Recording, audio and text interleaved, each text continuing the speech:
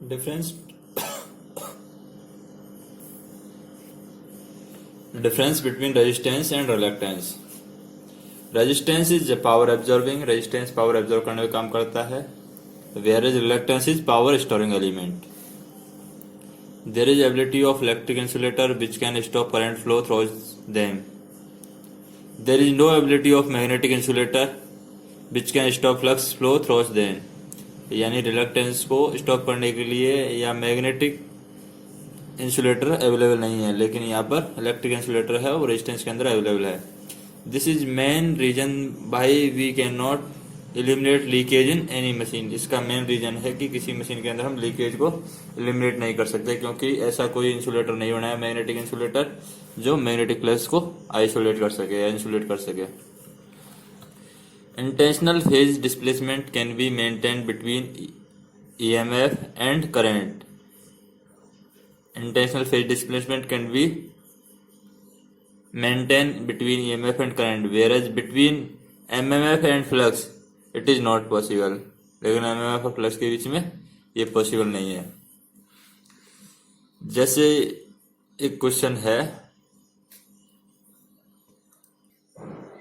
ये क्वेश्चन है conventional power frequency equivalent. Conventional power frequency equivalent circuit of two-sided two-coil transformer is obtained on the assumption of. two-coil transformer के लिए हमें power frequency equivalent circuit बनाना है. Conventional power frequency equivalent circuit of a two-coil transformer is obtained on assumption of equal primary और secondary ampere turns, negligible mutual reactance. तो equal primary और secondary ampere turns है वो equal मानकर हम ये circuit है वो बना सकते हैं. तो आंसर होगा हमारा ए. क्वेश्चन है two transformer of same type using the same grade of iron and conductor material are design to work at same flux and current densities. What the linear dimension of one are two times. What the linear dimension of one are two times those of other in all respect. जो linear dimension है वो two times है other के respect में. Then KVA rating of two transformer closely equal to. तो KVA rating है two transformer की वो क्या होगी. इसको निकालने के लिए हम क्या करेंगे कि हमें ट्रांसफार्मर का वोल्टेज का फार्मूला पता है. ट्रांसफार्मर के जो वोल्टेज का फार्मूला होता है B बराबर √2πf BACN. अब ये कह रहा है कि लीनियर डायमेंशन है वो इंक्रीज करनी है. यहाँ पर linear dimension of one two times those other all respect.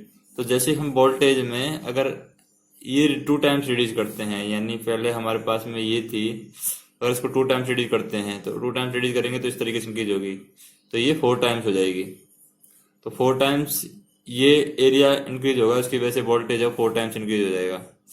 Voltage 4 times increase होने की वजह से करंट का फार्मूला क्या होता है IJECU. ये करंट कंडक्टर के अंदर इस तरीके से करंट है बहती है. अगर R की जगह, इसकी जगह हमारे पास में ये R इसकी क्या है रेडियस है.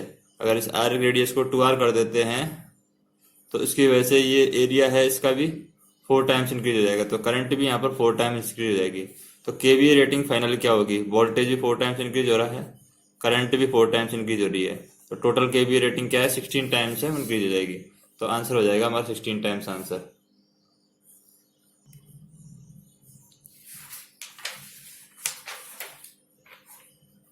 चार 400/200 volt 50 hertz transformer operated at flux density 1.2 T. When energized from its HV side, for this transformer as the linear dimension of core are doubled. For this transformer as the linear dimension of core are doubled, while the number of turns are half. Number of turns है वो half कर दी जाए, linear dimension है वो double कर दी जाए. On both of the HV and LV side. In this transformer is now connected to. अब इस डायमेंशन को डबल करने के बाद में अब इसको 800 volt 50 hertz on HV side पे कनेक्ट कर दिया जाए तो फ्लक्स डेंसिटी है वो क्या होगी. तो इसका फ्लक्स डेंसिटी है वो निकालते हैं. तो स्टार्टिंग के अंदर क्या है ट्रांसफार्मर है वो 400 से 220 वोल्ट पर वर्क कर रहा है. तो ये 400 से 200 400/200 50 हर्ट्ज का ट्रांसफार्मर है, इसका 1.2 वेबर दे रखा है हम, और हमें 800 पे निकालना है 50 हर्ट्ज पर, ये वेबर है कितना होगा, यानी फ्लक्स डेंसिटी है वो कितनी होगी। तो हमें पता है फार्मूला बी क्या है, B√2πfBAC/N। N number of turns से 2 टाइम्स डिक्रीज हो रहा है, AC है ये डबल हो रहा है, डायमेंशन डबल हो रही है, तो ये 4 टाइम्स इंक्रीज होता है। तो 4/2 फाइनली कितना हो रहा है, 2 टाइम्स इंक्रीज हो रहा है। तो इसकी वजह से वोल्टेज है वो फाइनली कितने टाइम्स इंक्रीज हो रहा है, फाइनली इसकी वजह से 2 टाइम्स से इंक्रीज हो रहा है। तो 2 टाइम्स और 2 टाइम्स है वो कंपेयर हो जाएंगे। तो जो फ्लक्स है, मेन फ्लक्स डेंसिटी है वो 1.2 टी रहेगी। तो आंसर हमारा 1.2 टी रहेगा।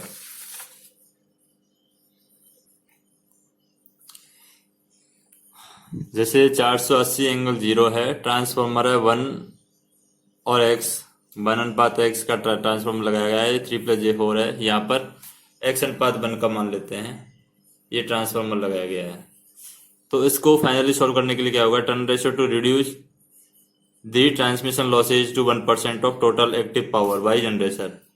तो हमें टर्न रेशियो ज्ञात करना है to reduce the transmission losses to 1% of total active power by generator.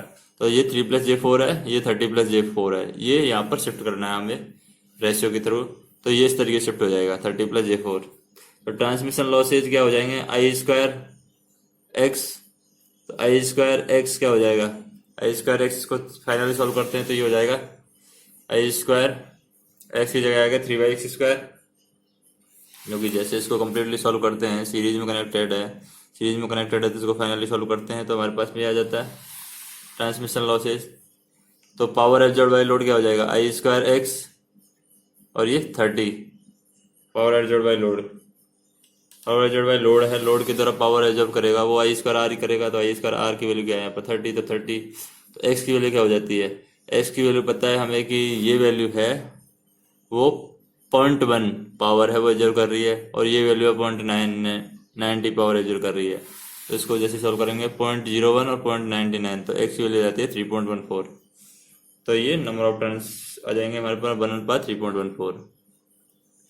Estimate active cross section area of core, estimate active cross section area of core का active cross section area estimated करना हो तो क्या करते हैं, जैसे 100 volt है, apply कर रखा है प्राइमरी 50 हर्ट्ज पर, फ्लक्स दे रखा है हमें 0.90, मैक्सिमम है फ्लक्स है वो मैक्सिमम है ये डीसी के लिए। तो B/√2πfBACN, तो AC की वैल्यू क्या हो जाएगी, B/√2πfBN।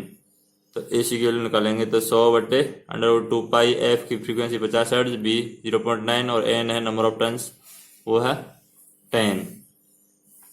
नंबर ऑफ टर्न्स भी अगर हमें दे रखा हो, फिर इसको सॉल्व करते हैं तो ये वैल्यू आ जाएगी हमारे पास में फाइनली AC बराबर 500.16 सेमी²। तो AC की वैल्यू आ जाएगी इस तरीके से 501 सेमी²। एन नंबर ऑफ टर्न्स है वो यहाँ पर दे रखा है वो 10 है।